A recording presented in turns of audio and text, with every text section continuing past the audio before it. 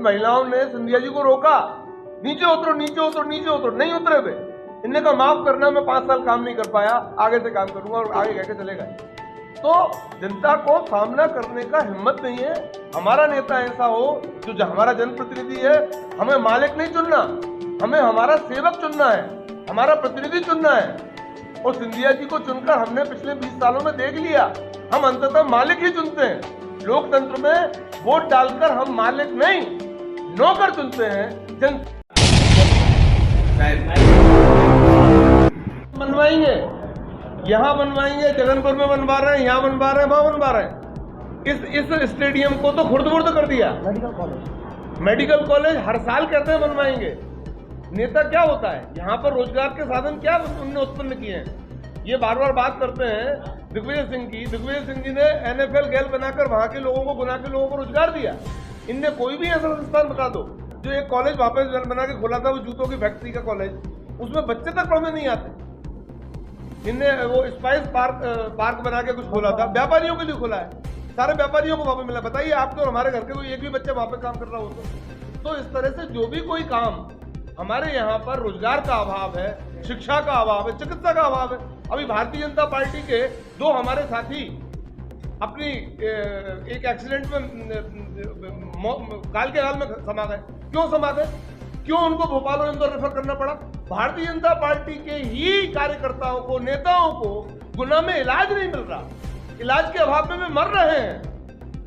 अभी वो जो तीसरा लड़का है, मनीष क्या नाम है उसका, मनीष दाखड़, जिसके बारे में इन्होंने घोषणा की थी कि उसका इलाज हम करा रहे हैं, उसके भाई का कल स्टेटमेंट आया, मैं आपको शेयर कर दूंगा।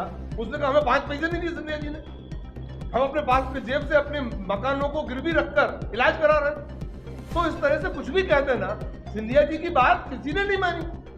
मैं ऐसे 20 आपको पत्र बता दूंगा जो सिंधिया जी ने मुख्यमंत्री शिवराज सिंह चौहान को लिखे, उस शिवराज सिंह चौहान को जो मुख्यमंत्री सिंधिया जी की वजह से ही थे। लेकिन शिवराज सिंह चौहान ने मुख्यमंत्री रहते हुए सिंधिया जी के उन पत्रों पे काम नहीं किया। मैं कलेक्टर को लिखे सिंधिया जी के ऐसे पत्र जाहिर कर दूंगा जो कलेक्टर को लिखे सिंधिया जी ने कि ये काम करो, कलेक्टर ने काम नहीं किए। और तो और 2 साल पहले गुना में बाढ़ आई थी, आपको याद होगा, आप सबने उस बाढ़ को कवर किया।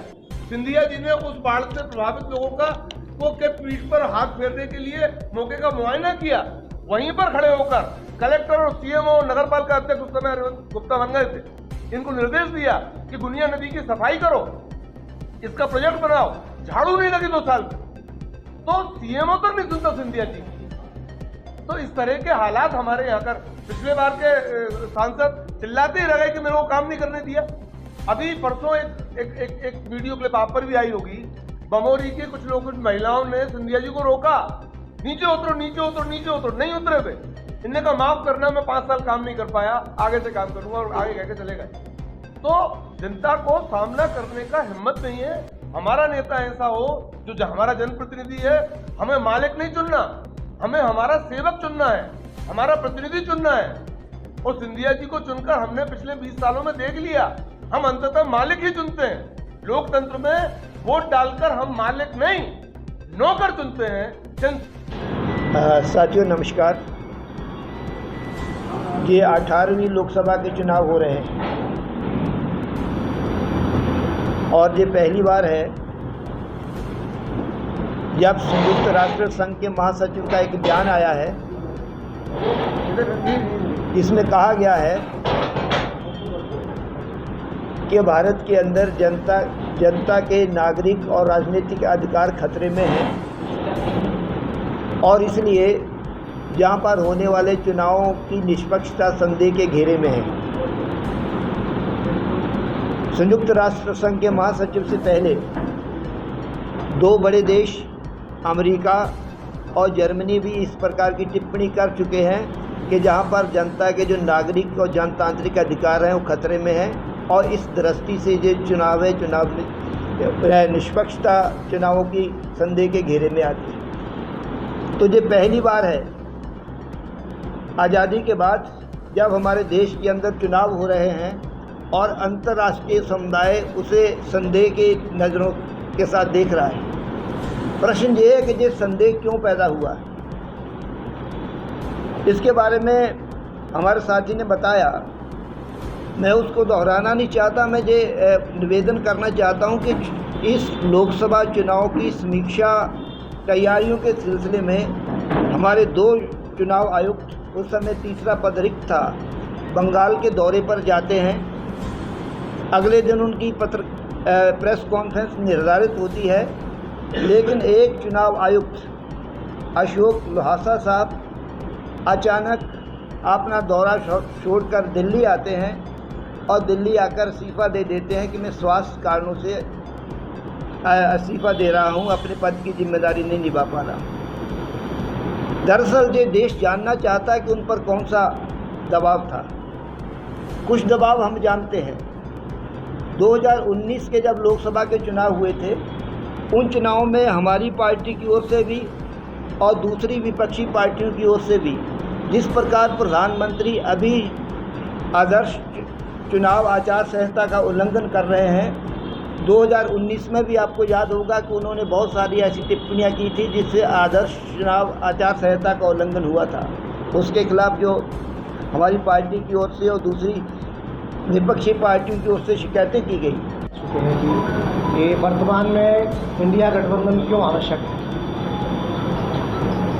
सबसे बड़ी बात यह है कि आज लोकतंत्र खतरे में नहीं बल्कि हर एक व्यक्ति खतरे में है, हर एक व्यक्ति की आज़ादी खतरे में है। इसको लेकर के ये बहुत इम्पोर्टेंट, बहुत खास चुनाव है और ये निर्धारित करेगा इस देश की एक नई नीति को और एक नई लाइन को कि देश किस ओर जाए। मैं सिर्फ इतना ही कहना चाहता हूँ कि एक मीडिया की बहुत बड़ी जिम्मेदारी है हमारे देश में। मीडिया अगर जिसको चाहे उसको नेता बना सकती है और जिसको चाहे उसको बता सकती है, चाहे वो कितना भी अच्छा काम करता हो। आपकी बहुत बड़ी जिम्मेदारी है, आप अपनी जिम्मेदारी पूरा करें, बिल्कुल पूरी जिम्मेदारी के साथ इंडिया गठबंधन के साथ आप ये काम करें।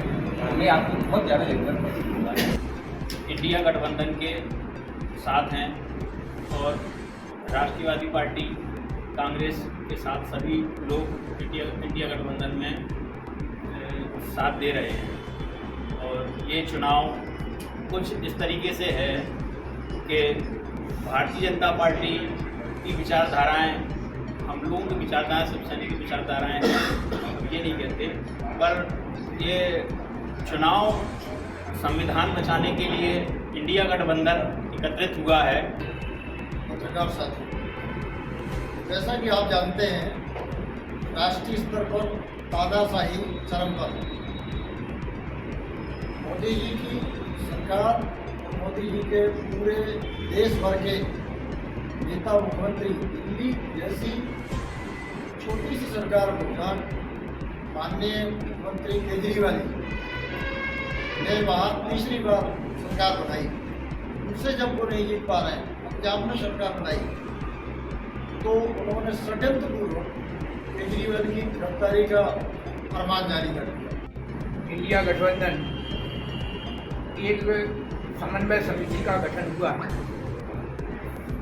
और उस समन्वय समिति की बैठक में ये जो निर्णय किए कि गुना जिले में इंडिया गठबंधन को जिताने की अपील और भाजपा को हराओ, लोकतंत्र बचाओ, देश बचाओ का एक प्रचार करते हुए। प्रणाम, सर भाई को प्रणाम। मैं गठबंधन से वर्ष देता हूँ, इस बात को धन्यवाद दूंगा। उन्होंने भ्रष्ट मोदी सरकार का सत्ता पलटने के लिए एक संयुक्त अभियान देश में चलाया है। उसके तहत कांग्रेस प्रत्याशी हमारे आदरणीय राव साहब को उन्होंने कांग्रेस का हिस्सा से बनाया, साथियों, पूरी तन्मयता और ताकत और ईमानदारी से गठबंधन के पूरे साथी पूरी ताकत लगाकर हमारे चुनाव अभियान में लग रहे हैं। इस बात के लिए हम फख्र है और मैं सभी साथियों को आभार करता हूँ। कांग्रेस पार्टी ने एक ये गारंटी कार्ड ये निकाला है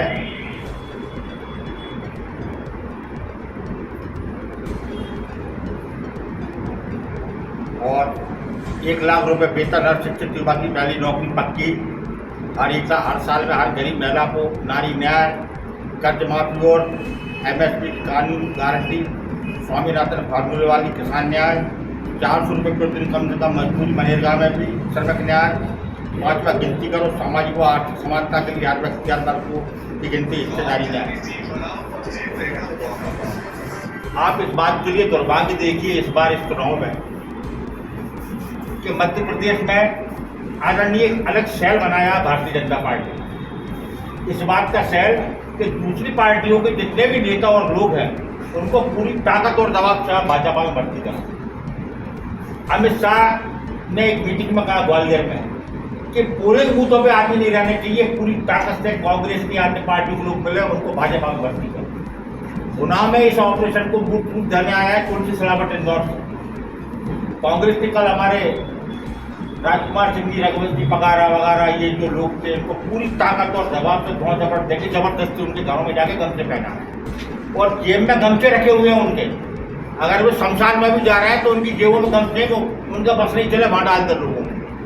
वो तो चूंकि यहाँ कांग्रेस बहुत ताकत में है। आदरणीय दिग्विजय सिंह जी हमारे यहाँ के नेता रहे, कांग्रेस के समर्पित, उनके प्रति लोगों को उनको दम है, उनका आशीर्वाद लोगों पे है और बहुत तगड़गर पक्के लोग हैं कांग्रेस में। इस वजह से कोई ज़्यादा यहाँ असर रखने वाला है। और इस टाइम आप भी शहर में एक ऐसा स्थान तलाश रहे हैं जहां एक ही छत के नीचे सारे के सारे इलेक्ट्रॉनिक आइटम मिल जाएं, तो फिर देर मत कीजिए। टेलीविज़न, एसी, वॉशिंग मशीन और भी तमाम सारे आइटम यहाँ पर एक ही छत के नीचे लेकर आया है गोपाल इलेक्ट्रॉनिक्स। जी हाँ, और एक ख़ास बात आपको बता दूं, क्या 1 रुपये में भी आप कोई आइटम घर ले जाना चाहते हैं? जी हाँ, यकीन नहीं हुआ, लेकिन हाँ ऐसा ही है। उसके लिए आपको यहाँ आना पड़ेगा। और ये तमाम विशाल श्रृंखला, फ्रिज हों, एसी हैं, कूलर हैं, पंखे हैं और भी न जाने क्या क्या घर में उपयोग होने वाले तमाम आइटम यहाँ पर उपलब्ध हैं। और सबसे बड़ी बात यह है कि बहुत ही कम कीमत में, जी हाँ, बाजार मूल्य से कम कीमत, सभी ब्रांडेड कंपनियों के मोबाइल यहाँ पर उपलब्ध हैं। खासकर जो लेटेस्ट मॉडल आते हैं वे सबसे पहले यहाँ पहुँचते हैं और युवाओं का यहाँ पर विशेष रुझान रहता है। एक भरोसेमंद नाम है गोपाल इलेक्ट्रॉनिक्स और इसीलिए यहाँ आप देख सकते हैं ये विशाल रेंज यहाँ पर मोबाइलों की मेरे पीछे आपको दिखाई दे रही है।